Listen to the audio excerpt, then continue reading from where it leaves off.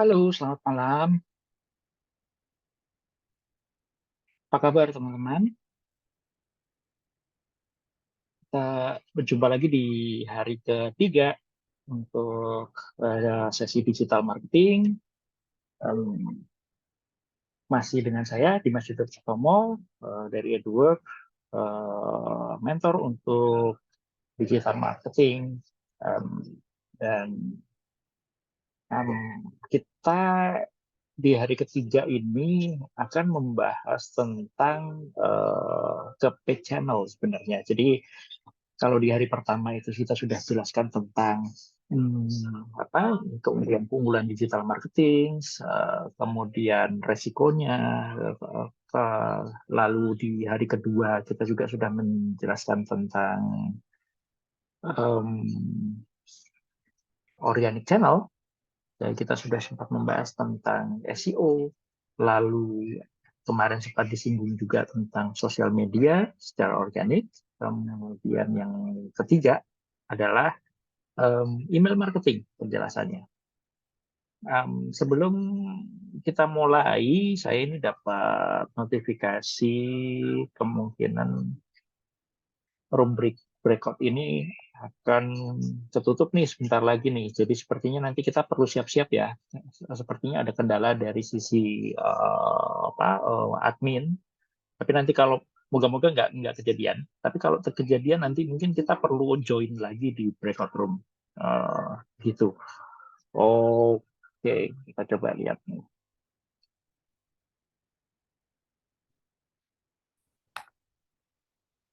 Halo Kak, Kak Dimas mohon maaf ya Kak, ini ada kesalahan, tunggu sebentar ya Kak. Untuk roomnya tadi ada yang Baik. dibuat, sebentar ya Kak, mohon maaf.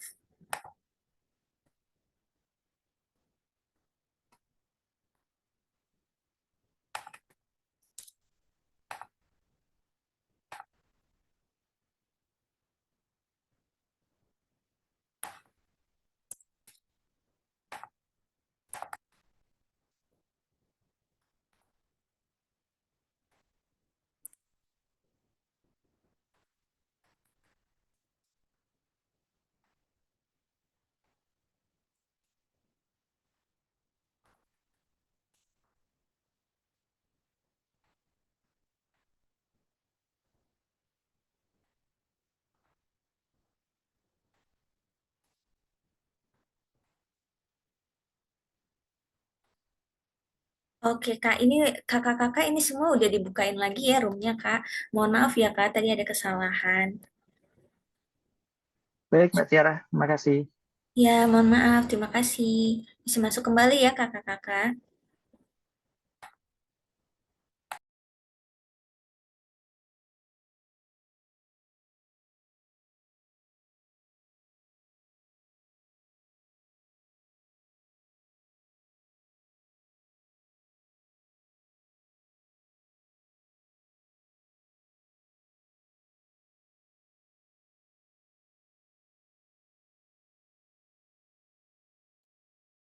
Iya, selamat jumpa kembali. Ya, ada kesalahan teknis dari admin. Eh, saya menyampaikan permohonan maaf dari admin. Semoga nggak kejadian lagi ya. Oke, apa kabar nih teman-teman? Kayaknya nih hari ini lumayan rame nih. Coba saya lihat dulu. Oke, ada Mbak Ruth, kemudian Toms, Ray, Hasna. Ini sepertinya saya ngelihat ada Ruth, Mbak Ruth, Hasna, di Mbak Dini ini kemarin join juga ya. Ini terima kasih em, masih semangat dengan kelas kita. Oke, jadi kemarin em, yang sudah kita bahas, saya sambil lihat. Oke, Mas Tom, saya baru gabung, katanya gitu. Oke, nggak apa-apa. Nah, kemarin kita sudah membahas tentang ini dia nih. Jadi SEO, kemudian sosial media organik, dan email marketing. Oke. Sedikit ringkasan dulu ya, kita supaya nggak kehilangan momentum dari pelajaran yang kemarin. Jadi SEO adalah search engine optimization. Jadi intinya adalah berusaha membuat apa website kita, nama brand kita, nama produk kita, nama jasa kita itu untuk menempati posisi-posisi tertinggi di apa namanya di hasil pencarian di Google gitu. Yuk kita lihat sebentar ya tentang hal ini. Jadi kalau misalkan nih sambil contoh aja, kira-kira ada teman-teman yang ingin request keyword tertentu mungkin untuk kita jadikan contoh. Hmm, boleh ngechat mungkin mana ya? Saya nggak bisa ngelihat chattingnya. Oke, nggak ada?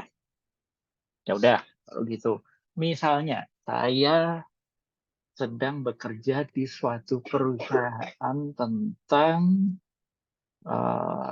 sekuritas, jadi perusahaan pialang saham. Kan. Saya mau mencari kata kunci trading saham Indonesia, misalkan. Oke, kita coba cari. Oke, karena saya tidak menggunakan incognito, saya diarahkan yang pertama ini diabaikan aja. Jadi ini yang sedang kami jalankan sebenarnya. Oke. Nah, kalau melihat seperti itu, ini ya. Jadi terus, nah ini karena saya juga sedang mengaktifkan fitur baru dari Google, jadi generative AI, jadi pakai artificial intelligence. Ini saya biasanya mendapat satu semacam apa ya namanya ya, satu resume tentang trading saham. Nah ini dicarikan macam-macam. Ini AI-nya yang jalan. Nah kalau kita melihat terus, nah di sini kita melihat nih baru seperti ini ya. Ini adalah hasil pencarian secara organik. Apa itu? PT Bursa Efek Indonesia (BEI). Wah, ini muncul sebagai hasil pencarian pertama secara organik. Yang berikutnya CNBC Indonesia. Kan?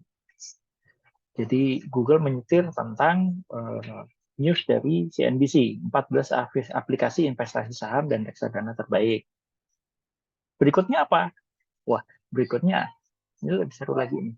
Berikutnya ini baru nih pertarungan-pertarungan. Jadi kalau misalkan tadi news gitu ya, sekarang ini sudah di brand nih. Brandnya apa?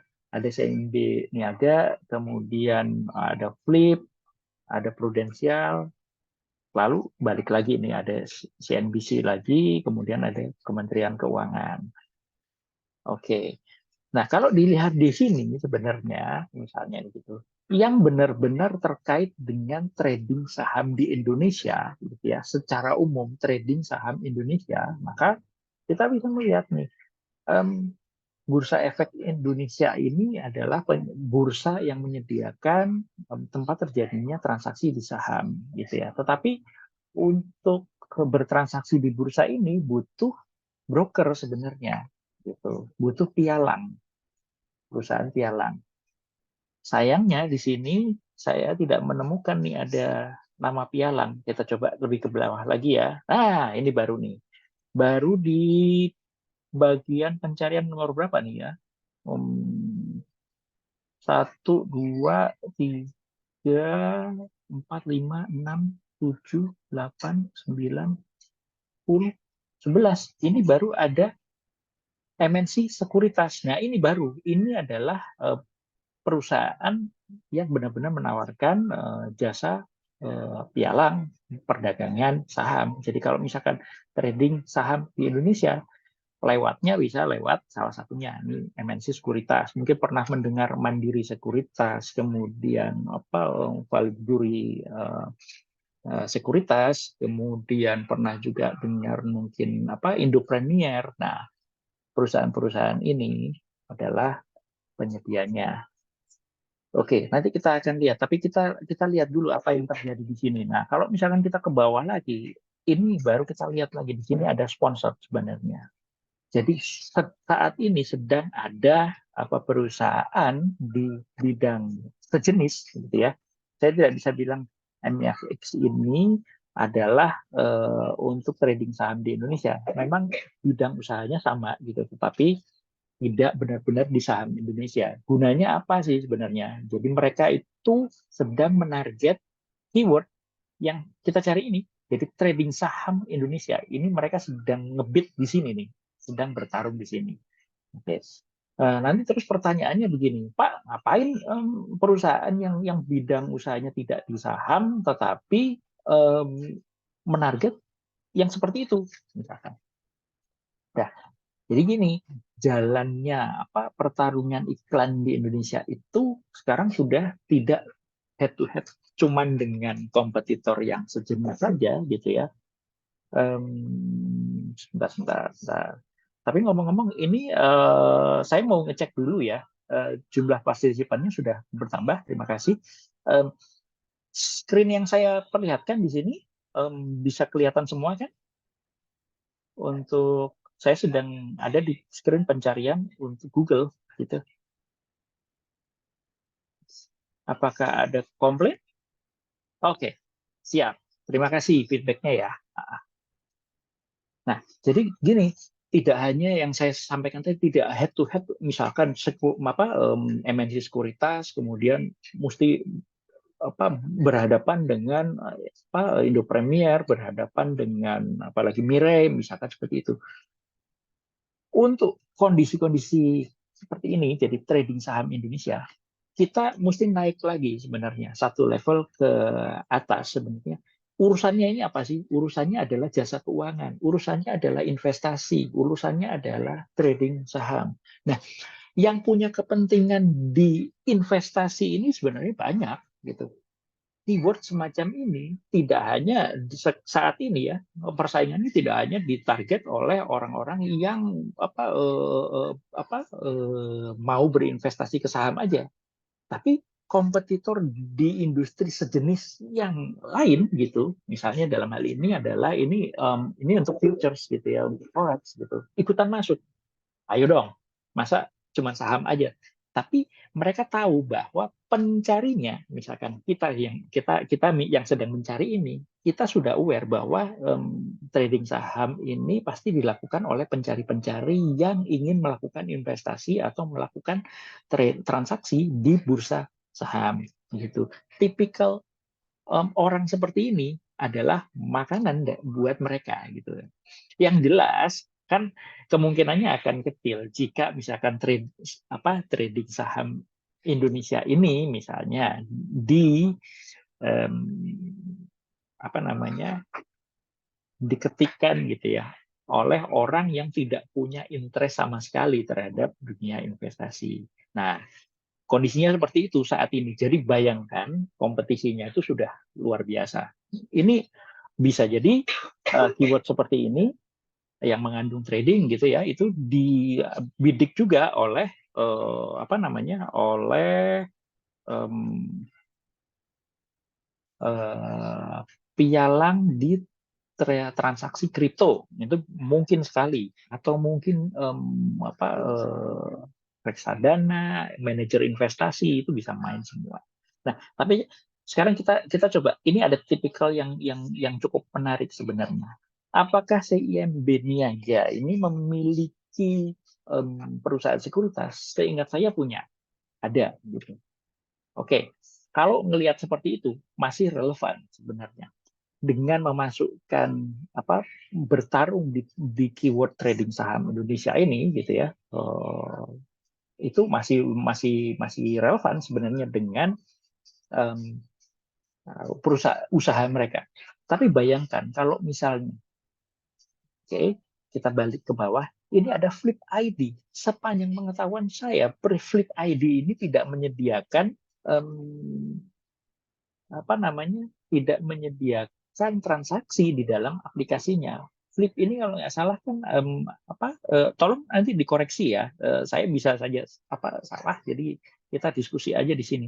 Flip ini adalah jasa transfer atau jasa semacam payment gateway sebenarnya. Ya, oke.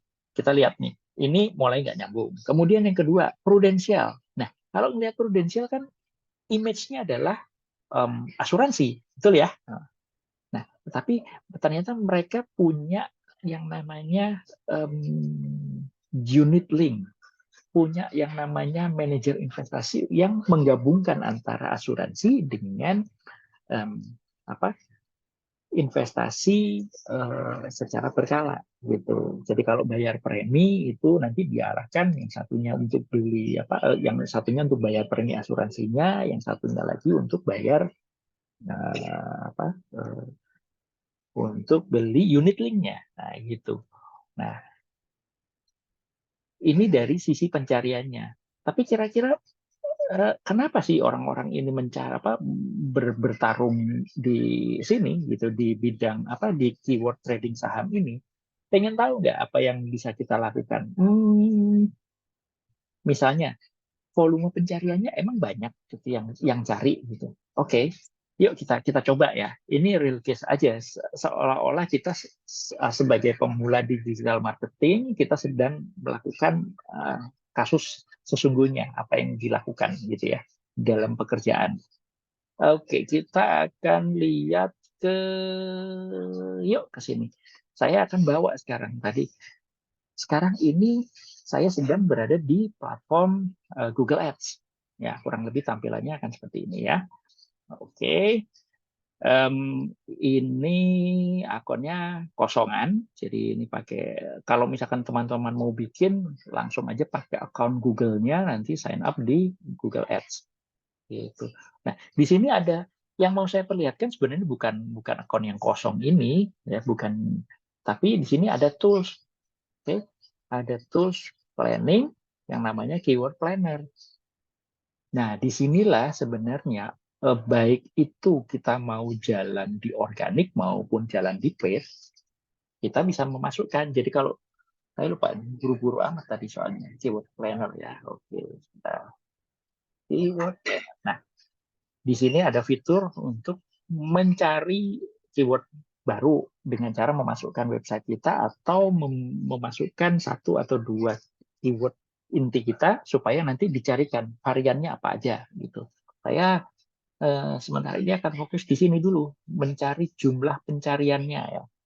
Jadi kalau tadi kita punya trading saham Indonesia, trading jadi trading saham, trading Indonesia, saham Indonesia.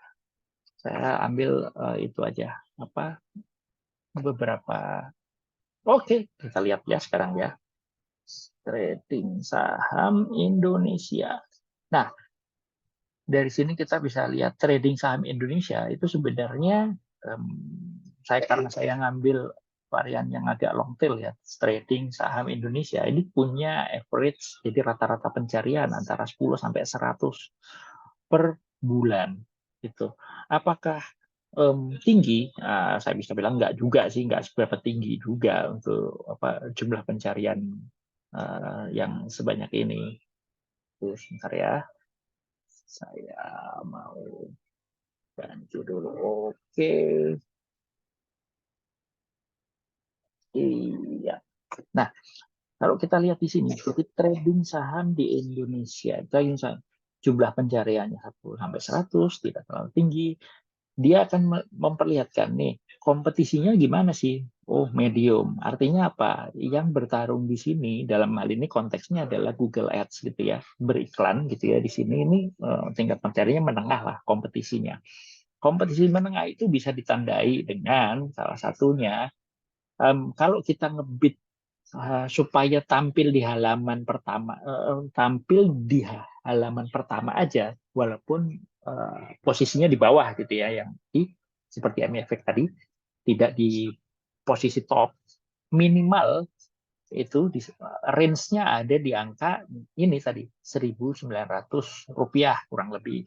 Nah, untuk top page-nya itu di 11.000. Nah, sekarang kalau kita sudah tahu yang seperti ini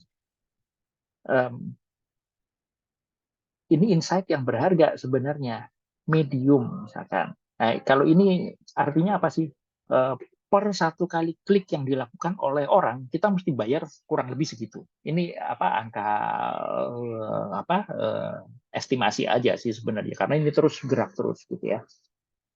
Tapi dengan mengetahui yang semacam ini bisa dilakukan oleh teman-teman semua ya di rumah, karena ini terbuka untuk umum gitu ya. Kita juga bisa tahu sebenarnya ada year on year change. Year on year change itu apa? Nah, jadi dibandingkan dengan di pencarian di bulan yang sama. Jadi ini ada periodenya Februari dan Januari 2004 gitu ya. Dibandingkan dengan periode yang sama di bulan berjalan, itu terjadi peningkatan sebenarnya sebesar 9 kali lipat itu untuk trading saham. Oke, tadi saya memasukkan juga beberapa varian-varian lain untuk keyword. Nah, sekarang begini, ini ada saham Indonesia pencariannya 1.000 sampai 10.000 per bulan. Kemudian trading Indonesia 100 sampai 1.000, 1.000 sampai 10.000 untuk trading saham. Nah, gunanya apa? Mencari tahu seperti ini, kita bisa tahu dengan kompetisinya seperti ini nih, gitu kan. Kita bisa melihat kalau misalkan mau main di yang tadi, mau main di yang mana? Mau fokus di yang jumlah pencariannya besar, tetapi tingkat persaingannya juga relatif lebih tinggi, atau main yang di kompetisinya low gitu ya, tetapi biasanya juga sebenarnya sih angkanya juga nggak akan tinggi-tinggi banget gitu untuk jumlah pencariannya. Tapi kalau sudah spesifik trading saham Indonesia, ini walaupun pencariannya kecil, tapi ini sangat segmented sekali, sangat niche sekali. Orang itu sudah tidak lagi kalau misalkan ini saham Indonesia kan orang kita memasukkan saham Indonesia ini masih ini ya masih meraba-raba sebenarnya. Ini mau mencari apa tentang apa? Saham Indonesia itu bisa jadi anak SMA atau mahasiswa yang sedang riset tentang bursa saham. Kemudian apa sih saham-saham paling bagus yang sedang listing di bursa kita sekarang? Misalkan seperti itu. Intensitasnya belum trading sebenarnya gitu. Oke. Jadi masih umum sekali. Nah, sampai situ kira-kira ada bayangan atau ada yang mau ditanyakan? Belum? Oke. Saya harap ini ya, semoga penjelasan saya masih bisa diikutin karena ini masih dasar sih sebenarnya. Oke, kalau seperti itu kita lanjut. Ini karena review saja sebenarnya ya, tapi ini lebih banyak ke saya memberikan praktek. Oke, sesungguhnya. Nah, kemudian sosial media organik nih, yang kemarin yang kita bahas tentang sosial media organik. Kalau ini kan contohnya mungkin masih di awang-awang ya. Yuk kita coba lihat deh, misalnya sosial media organik. Saya sedang buka Facebook saya. Silahkan kalau misalkan mau friend. Saya mau nyari AdWords deh. Oke, saya mau cari AdWords. Oke. Saya yakin teman-teman juga sudah pasti tahu ini yang disebut sebagai Facebook page gitu ya. Oke, apa yang bisa dilihat di sini?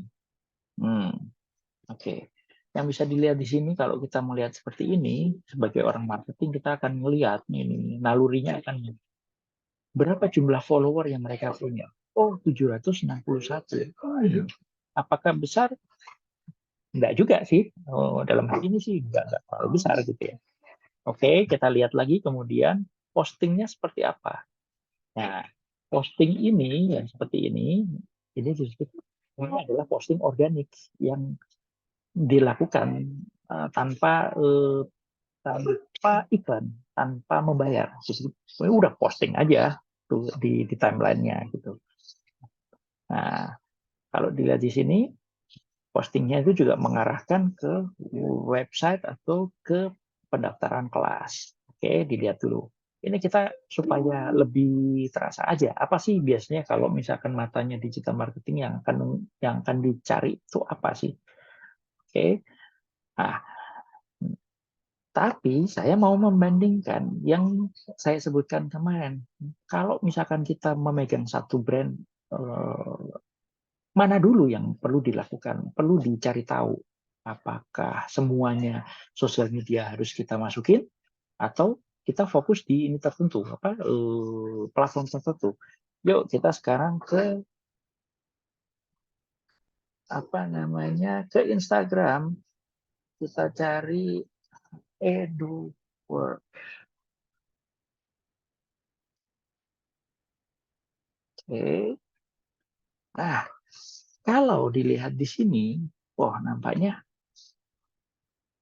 admin EduWork atau teman-teman dari EduWork ini lebih uh, rame, lebih fokus di mengembangkan platform yang lebih kekinian, yaitu Instagram. Jumlah pengikutnya ini sekian kali lebih besar daripada di Facebook tadi. Mungkin dirasakan kalau Facebook ini tidak terlalu efektif untuk target marketnya. Nah, yang dimaksud dengan target market ini apa? Nah, teman-teman adalah contoh real dari target marketnya EduWorks. Nah, teman-teman ini usianya berapa?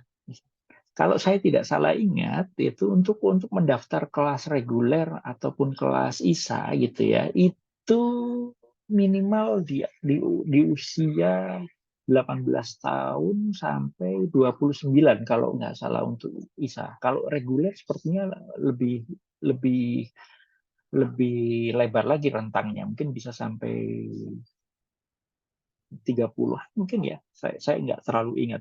Nah, kenapa jadi kita bisa melihat di sini? Kok ini nggak dikembangkan sih? Ya karena apa? Memang bukan target marketnya tidak ada di Facebook gitu. Yang main Facebook mungkin orang-orang seumuran saya, mungkin yang generasi X gitu. Ya, sementara yang milenial dan Gen Y gitu ya, itu mainnya nggak di sini, tapi mainnya di Instagram. Bahkan saya pun sebenarnya udah lama banget nggak buka ini sih. Oke. Nah, kita lihat sih mereka mereka ngapain. Nah, ini merupakan tampilan digital presence-nya, kehadiran digitalnya mereka gitu melalui Instagram. Ini nanti bisa dilihat sendiri lah ya. Nah, tapi yuk kita bandingkan satu lagi yuk. Misalnya, saya coba ya, saya bisa login enggak di sini. Oke. Nah, ini dia. Ini adalah platform TikTok. Oke, siapa yang punya TikTok? Bisa jadi ini TikTok ini iya ya enggak sih gitu ya. Awalnya saya juga sebagai generasi yang agak senior gitu tentang TikTok ini agak gengsi untuk ikut. Jujur aja sih, saya paling mentok di Instagram gitu. Tapi untuk TikTok ini agak-agak gengsinya karena image-nya dulu ya setahun 2 tahun ke belakang itu TikTok ini joget-joget aja gitu ya.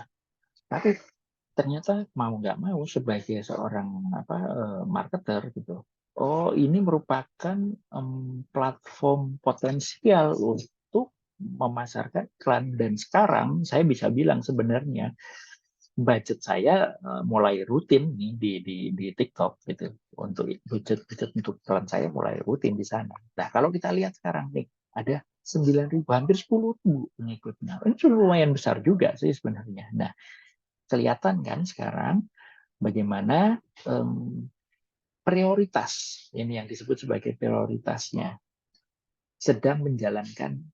Kita punya satu Facebook, kemudian Instagram, lalu Twitter. Nah, prioritasnya di mana? Disitulah kurang lebih strateginya mulai berjalan. Oke. Mungkin perlu satu lagi, ini LinkedIn ya, ngomong-ngomong ya. Kalau teman-teman yang punya LinkedIn boleh, kalau mau jalanin add friend saya. Saya coba mencari AdWords, ada nggak ya AdWords di sini? Oke, ada. Oh, ternyata malah lumayan di sini, jauh lebih besar daripada di TikTok. Kalau kita lihat tadi berapa ya? 14.000 follower. Nah, ini. Karena memang kepentingannya besar sekali untuk hadir di TikTok. Kenapa begitu? Ya, ini kan ada hubungannya dengan platform e-learning. Hubungannya sangat dekat dengan kursus dan pelatihan digital apapun ya, pelatihan melalui online gitu. Dekat juga dengan pencarian kerja atau penyaluran tenaga kerja. Nah, jadi cocok kalau misalkan memang salah satu yang dikembangkan adalah platform profesional seperti LinkedIn. Ini teman-teman yang belum punya LinkedIn, nah, ini wajib nih untuk bikin aja dulu gitu.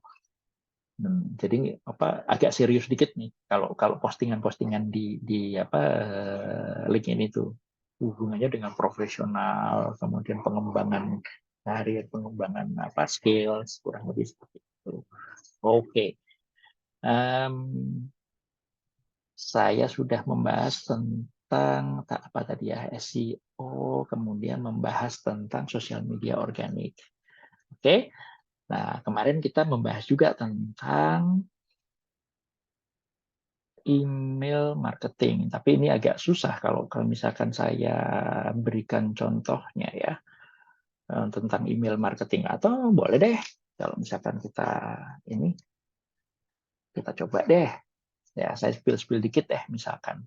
Oke. Nah, email marketing.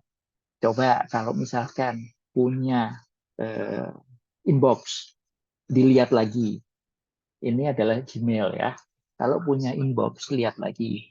Ada inbox primary-nya, utamanya, kemudian ada tab promosi, kemudian ada tab sosial. Saya nggak perlu spill yang utama ya, karena ini tentunya banyak percakapan pribadi. Tapi kalau misalkan di promosi, ini adalah contoh dari email marketing, udah jelas-jelas ini melakukan promosi.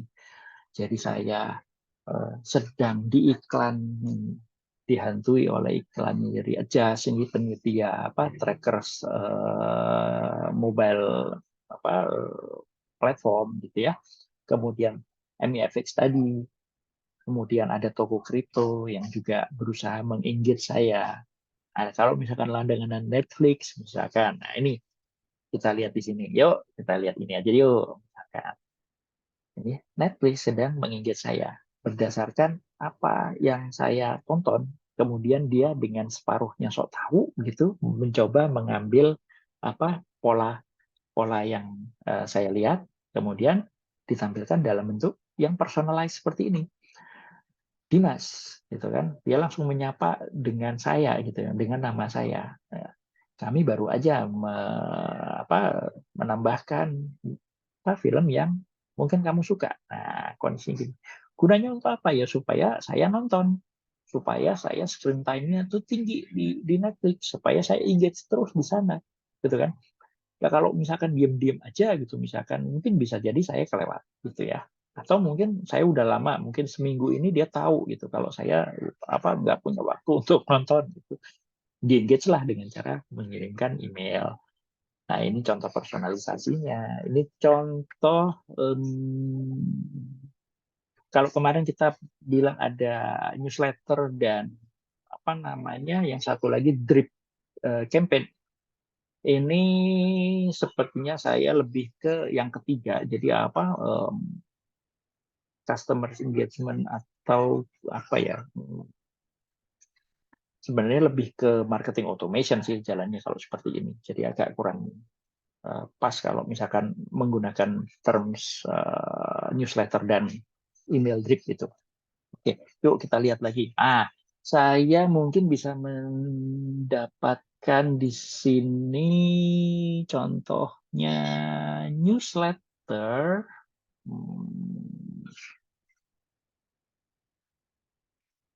Newsletter. Nah, ini dia. Ini yang saya kemarin sempat singgung, Medium. Jadi saya suka kadang baca artikel. Sebenarnya Medium ini berbayar sih. Bahkan saya kalau di sini become a member. Nah, ini saya juga masih bacanya yang gratisan aja, kayak belum tertarik benar-benar karena membaca berlangganan gitu. Tapi dia secara rutin sebenarnya sudah berusaha mengingat saya. Nih loh, ada konten-konten kita yang baru, kemudian yang bagus tuh apa aja. Jadi malah disampaikan di sini ini Medium Daily Digest. Ya, ini adalah contoh email newsletter nih. Dikirimin seperti ini, yang bisa kita klik langsung, nanti langsung larinya ke halaman artikel tersebut gitu. Itu. Ya. Bikin gini susah nggak sih? Nggak, gampang gitu ya sebenarnya ya. Butuh pengetahuan sedikit aja. Banyak juga yang sudah menyediakan template sebenarnya untuk membuat seperti ini. Kalau bikin dari scratch, misalkan dari HTML, itu mungkin agak ribet ya. Nah, apalagi ya contohnya kurang lebih seperti itu. Ini ada apa? Oh, ini juga nih ada Stockbit. Ini juga contoh dari newsletter nih. Ya, dia memberikan informasi secara berkala gitu. Jadi ada update-update apa di bidang itu tadi, jasa keuangan, di bursa kita gitu, bursa keuangan kita. Kebetulan memang saya ininya. Nah, tapi lihat nih, bagaimana mereka mengapproach-nya.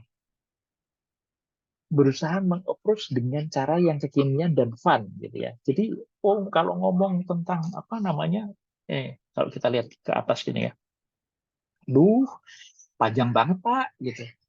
Lalu melihatnya ini angka-angka begini kayaknya serius banget gitu, kayak apa pelajaran apa nih, pelajaran ekonomi aja gitu ya. Tapi berusaha ditampilkan dengan sempilan-sempilan yang kekinian. Nah, misalkan seperti ini. Kok tiba-tiba ada joget-joget, kan sebenarnya agak-agak nggak nyambung. Kesannya kalau ekonomi itu serius semua, kemudian formal. Nggak juga. Bahkan bahasanya adalah hal yang perlu kamu ketahui. Jadi menyapanya dengan bahasa kamu, bukan dengan Anda. Gitu. Nah, itu perlu, kita sebagai marketer perlu melihat nih tren-tren seperti itu. Oke. Nah, banyak ya. Nanti teman-teman bisa ngelihat juga apa yang ada di inbox. Nah, kalau itu kemudian ada tab sosial, saya pikir juga apa ini juga sih apa kurang lebih sama gitu. Nah, tapi kemarin yang saya sempat sempat singgung sebenarnya, kalau melihat apa email marketing ini akan selalu menjadi hal dasar yang sebaiknya memang diberikan gitu ya, karena ini salah satu channel untuk menghubungi user kita gitu, customer kita. Tapi ini punya tantangan tersendiri sebenarnya email marketingnya seperti ini. Apa tantangannya? Contohnya, ini adalah kebiasaan buruk yang mungkin bisa jadi tidak baik untuk ditiru, tetapi ini terjadi pada banyak sekali pengguna email. Contoh yang paling kelihatan di sini, kalau kita lihat kotak masuk, kemudian ada angka 8.047. Artinya apa? Artinya ada 8 ribuan email yang belum saya baca. Bayangkan aja itu. Jadi kalau Anda melakukan effort marketing melalui channel email, bisa jadi ini yang akan terjadi di salah satu email Anda. Nah, gitu. Oke, saya nggak banyak bisa kasih contoh ya kalau misalkan email nih. Nah, mungkin nanti karena saya nggak punya platform email yang bisa saya share sih saat ini, confidential gitu. Mungkin nanti di lain kesempatan saya bisa mendapatkan apa ide yang bagus gitu ya, contoh yang bagus untuk email marketing. Oke. tunggu dulu nih. Apakah sudah bosan atau masih mengikuti? Yuk, chatting-chatting aja. Tadi ada yang chatting. Oke, ada yang chat nih. Oke, Pak mau tanya kalau di Google itu kan ada urutannya. Saya langsung baca aja ya. Ini dari Mbak Ana nih. Ada urutannya untuk yang paid. Apakah urutan dari atas ke bawah dalam pencarian di Google itu dari jumlah bayar ke Google-nya atau berdasarkan paling banyak orang yang ngeklik di websitenya? Oke, oke. Karena tadi saya em, pakainya mana ya tadi ya? Oke, ini tadi ya. Oke, ingat lagi. Jadi kalau kita melihat dengan cara seperti ini, ya, kalau di halaman pencarian ini kita lihat ada tanda sponsor, ya. Nah, ini artinya adalah iklan, ya. Artinya adalah paid.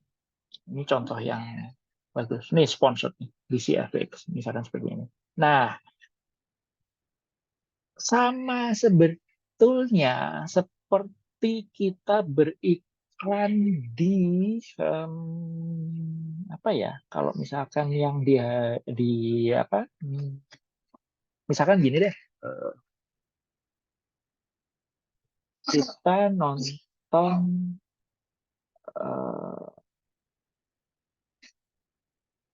kita masih ada yang nonton TV nggak ya ngomong-ngomong ya? Moga-moga masih ada misalkan gitu ya. Misalnya kita nonton TV, kemudian ada iklan muncul di jam-jam misalnya antara jam 6 malam sampai di jam 10 misalkan. Kira-kira harganya apakah beda atau sama dengan orang yang iklannya tayang di jam misalnya jam 7 pagi sampai jam 12 siang misalkan atau di jam malam misalkan gitu. Sama nggak? Nggak dong. Nah, oke. Nah, ini seru nih. Mbak Ruth sama Mbak Dini bilang beda. Tapi Mbak Ruth di sini bilang prime time lebih mahal. Wah, ini bahasanya udah marketing nih. Menyenangkan nih. Thank you Mbak Ruth. Nah, itu dia. Sama seperti televisi, ada yang namanya prime time. Kalau di sini ada yang namanya prime position. Posisi posisi teratas itu otomatis ya tergantung. Posisi teratas ini diperuntukkan oleh mereka yang menang bidding gitu ya, yang menang bidding dengan biaya paling tinggi. Berani berapa? Misalkan kalau kita tadi ngelihat di trading saham Indonesia bisa jadi tadi berapa ya angkanya, kok saya lupa. Nah, oke, bisa jadi yang paling atas tadi berani di harga 11.000, 15.000 atau lebih, kurang lebih mungkin angkanya segitu. Tapi yang berada di posisi bawah ya udahlah nggak apa-apa, saya nyoba dengan strategi ini aja deh, apa runtuhannya aja deh, atau muntahannya aja deh, atau pentalannya aja deh. Saya ngebit di angka 1.000 sampai 5.000 misalkan gitu. Ya udah, otomatis kemungkinannya kita entah itu dia akan ada di posisi mana tadi ya, akan ada di posisi atas juga pasti kecil, kalah dengan yang berani budgetin gede tadi. Otomatis kita akan muncul di halaman-halaman yang bawah.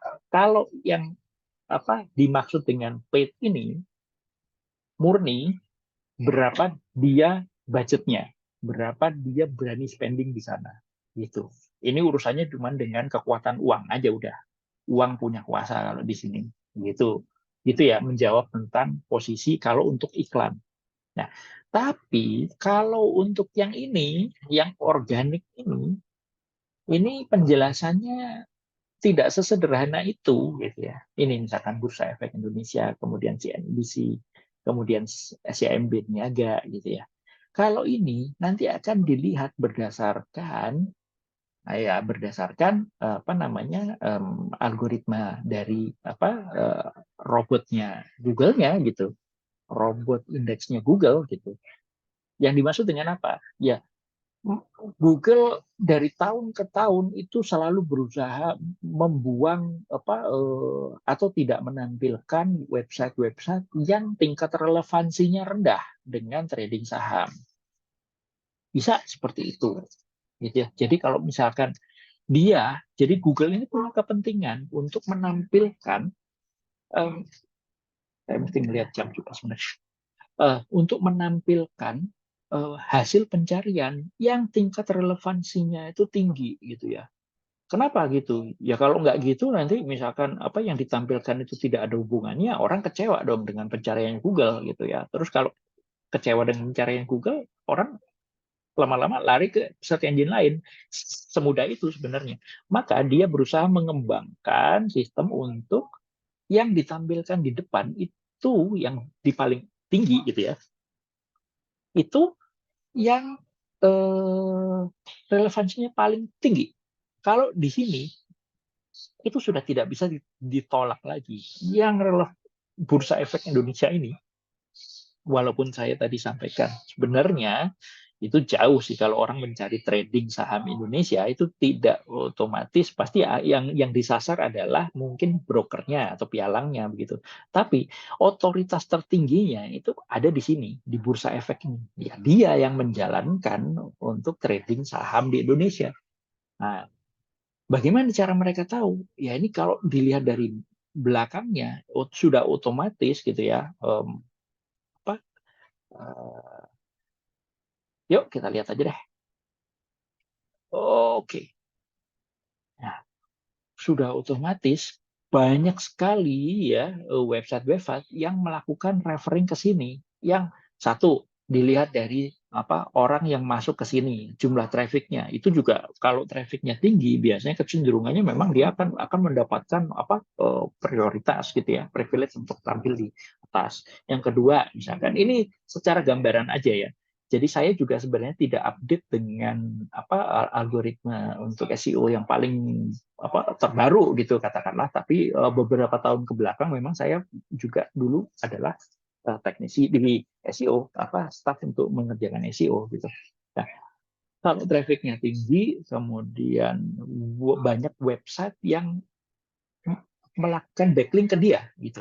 Semua itu pasti kalau dia adalah otoritasnya pasti akan di link ke sana. Itu juga menjadi ini apa namanya?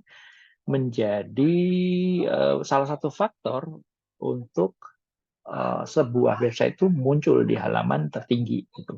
Nah, kalau kita lihat yang kedua misalkan seperti CNBC, ya ini otomatis Google melihat kalau untuk saham, kalau untuk berita mana sih yang layak untuk dikutip, misalkan ya ini udah segmented banget CNBC yang diambil, pilihannya jatuh ke sana. Kalau yang CM Niaga ini, saya yakin ini di belakangnya ada tim SEO yang luar biasa, entah kerja kerasnya gitu, entah jumlahnya, entah itu budgetnya juga gitu, untuk melakukan ya udah saya mau nggak mau mesti target gitu. Tapi itu pun dia dapatnya di urutan ketiga organik loh ya kondisinya gitu. Jadi untuk menjelaskan yang tadi bukan semata-mata jumlah kliknya menentukan di posisi paling tinggi. Karena begini juga,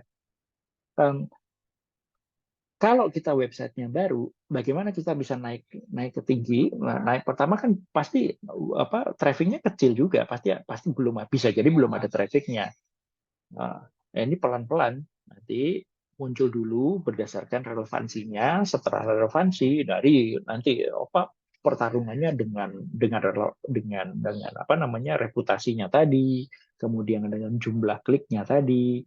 Nah, cukup kompleks sih sebenarnya dan saya ya tidak yakin tidak ada yang benar-benar bisa tahu maunya Google. Kita hanya bisa melakukan pendekatan yang semirip mungkin, yang sedekat mungkin dengan apa yang dimauin oleh Google. Itu. Jangan lupa juga, kalau ini hanya halaman pertama ya. Oke, coba dilihat di sini. Mana nih ya sekarang kok bentuknya seperti ini ya. Oke, ini baru halaman. Oh, ini masih ada lagi. TPFX ini sponsor lagi. Ini sudah scrollnya udah jauh banget loh. Oke, saya nih baru sadar nih Bala. Kalau sekarang ditampilkan dengan more result ini seperti ini. Biasanya dulu ada tab apa pagination apa halaman-halamannya gitu 1 sampai berapa ratus gitu. Kalau zaman dulu kita ngelihatnya satu-satu tuh. Eh, Kalau misalkan baru mulai dengan SEO, setiap minggu sekali minimal kita cari tahu gitu, posisi kita udah di mana, udah ke indeks atau belum oleh Google. Maksudnya ke indeks itu udah, kalau dicari udah muncul di sini nggak gitu. Walaupun itu misalkan halamannya bisa jadi halaman ke berapa, misalkan halaman ke 50. Bayangkan kalau halaman ke 50, kalau di zaman dulu itu 10, ini saya sepertinya udah agak apa out of date ini dengan Google yang sekarang. Bayangkan kalau misalkan satu halaman itu ada 10, kalau ke 50 atau ke halaman 10-nya aja deh, itu berarti kan sudah 100 website itu, 100 link. Nah, gitu. Jadi itu di track satu-satu. Oke, ini tadi jawaban untuk Mbak Ana ya. Kira-kira ada lagi nggak sebelum kita lanjut spill-spill dikit tentang paid?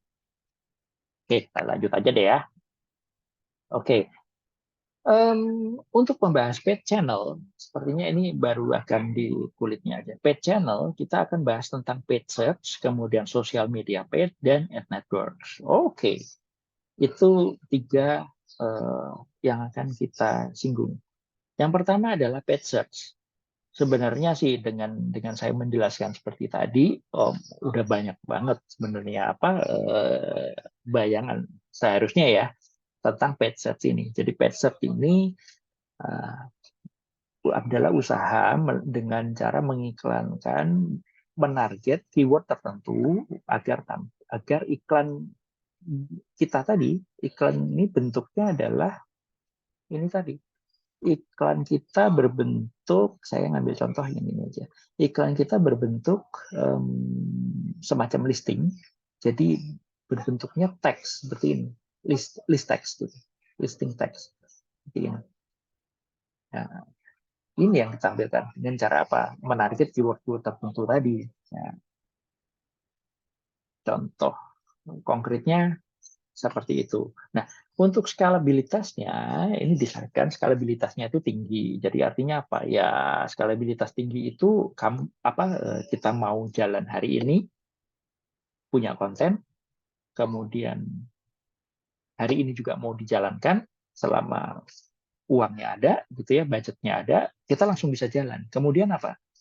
Mau dikembangkan sejauh apa, misalkan mau dikembangkan kalau misalkan di hari pertama kita cuma punyanya budget hariannya katakanlah 1 juta misalkan ya. Oke, kemudian kita tidak puas, kok hasilnya dengan 1 juta sejuta rupiah itu misalkan kita dapatnya cuman berapa, 1 juta, enggak 1 juta, 1.000 impresi misalkan seperti itu. Oke, kurang deh. Ya udah, kita naikkan budgetnya. Jadi berapa kali lipat? 5 kali lipat, jadi 5 juta. Mau 10 kali lipat, 10 juta.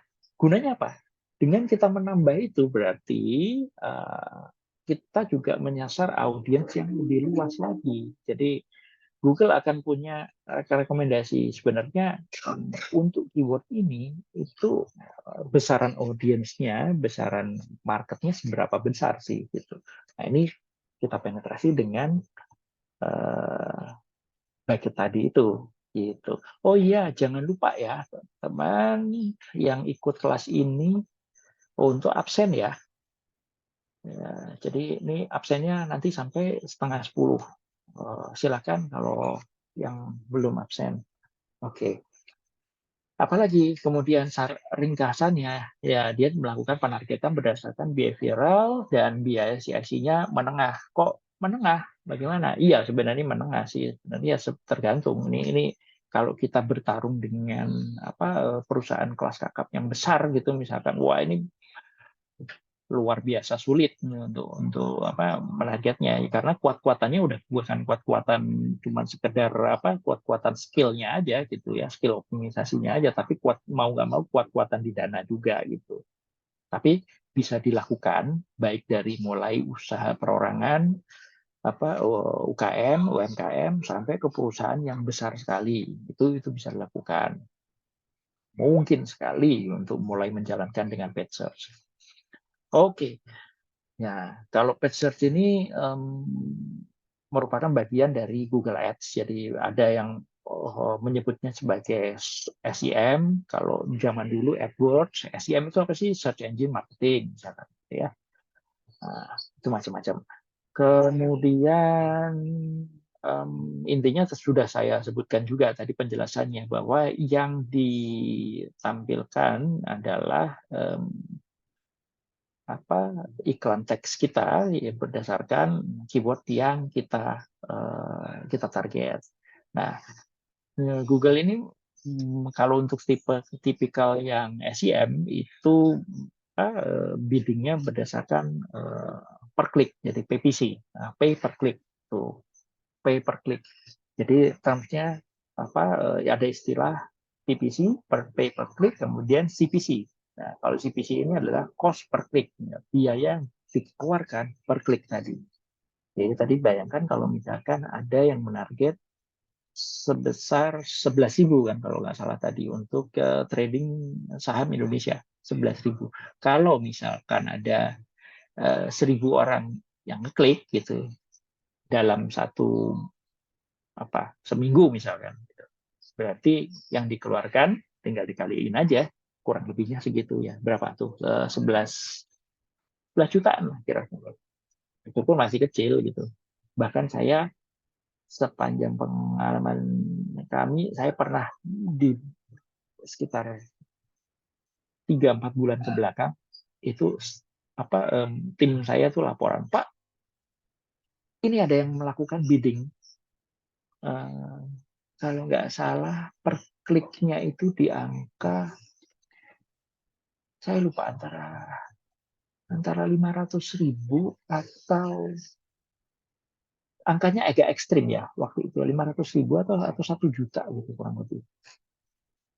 Tentunya mereka punya strategi tersendiri ya, nggak tahu sedang eksperimen atau apa. Nah, tapi yang sialnya itu kalau menjadi digital marketing kemudian miss, misalnya tidak melakukan pengecekan, kemudian salah melakukan setup. Bayangkan kalau misalkan ngambil CPC-nya. Maksudnya adalah CPC 50.000, tapi kelebihan nolnya gitu.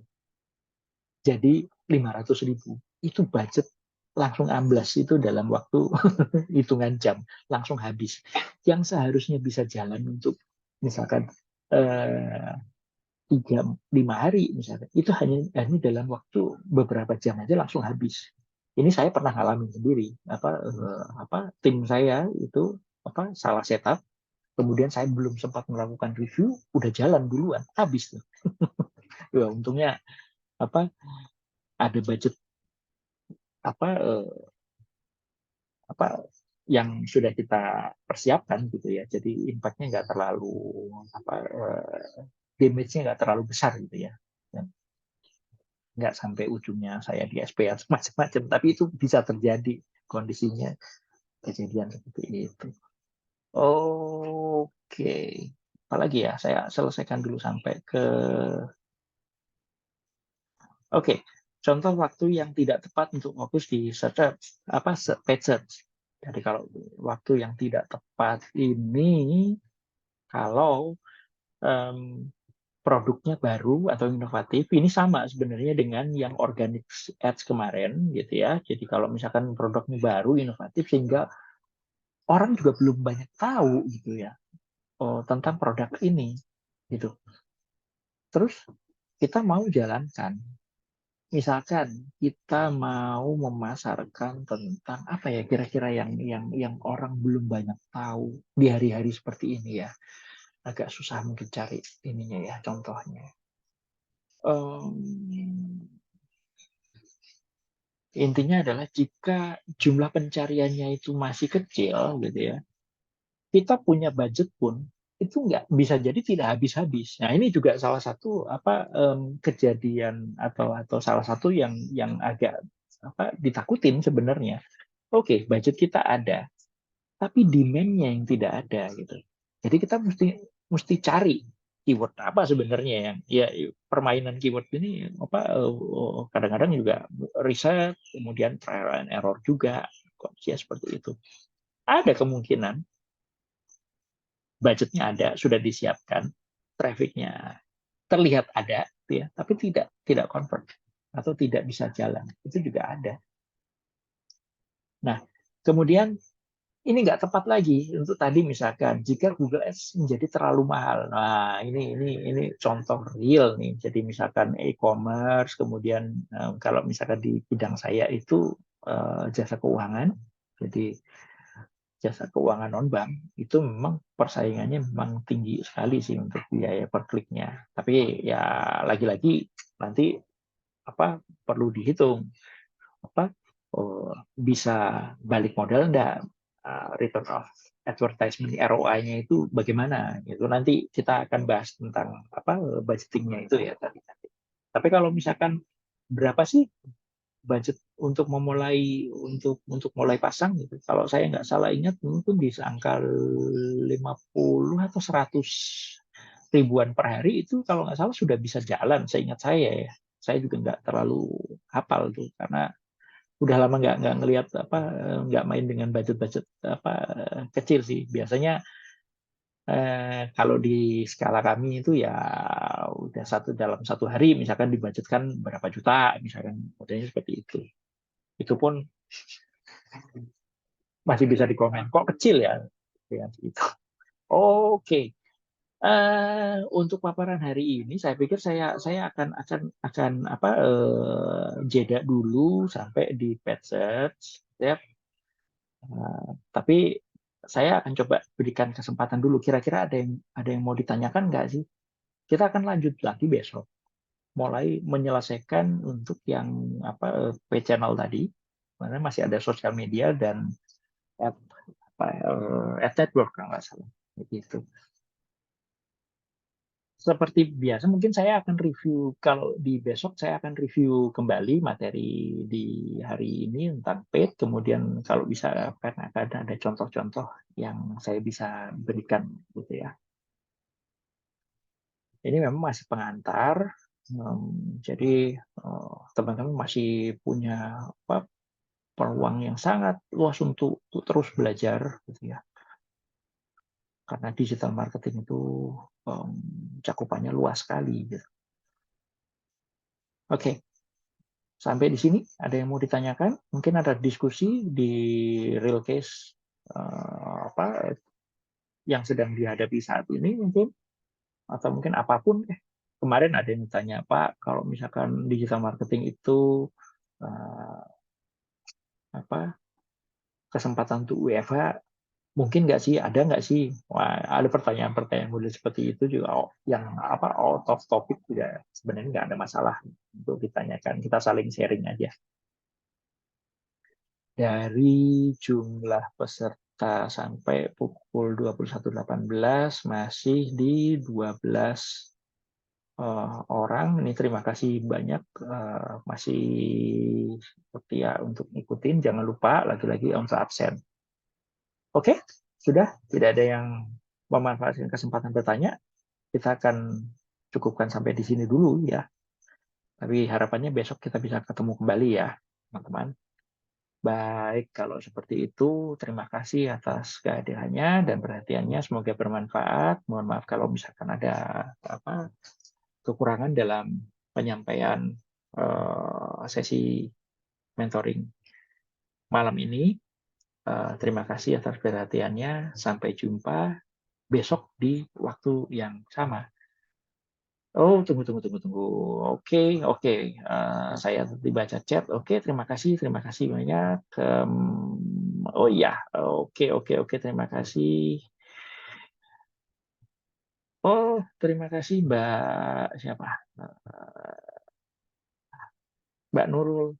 Penjelasannya enak banget. Oh, terima kasih. Saya banyak butuh masukan supaya bisa memberikan penjelasan yang lebih lebih bisa dicerna lagi karena untuk urusan mentoring ini mentoring secara online ya. Saya harus akui kalau saya masih newbie juga gitu.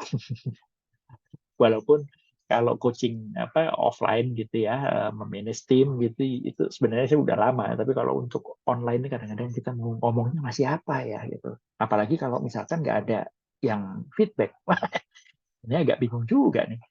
Oke, sampai jumpa besok kalau seperti itu.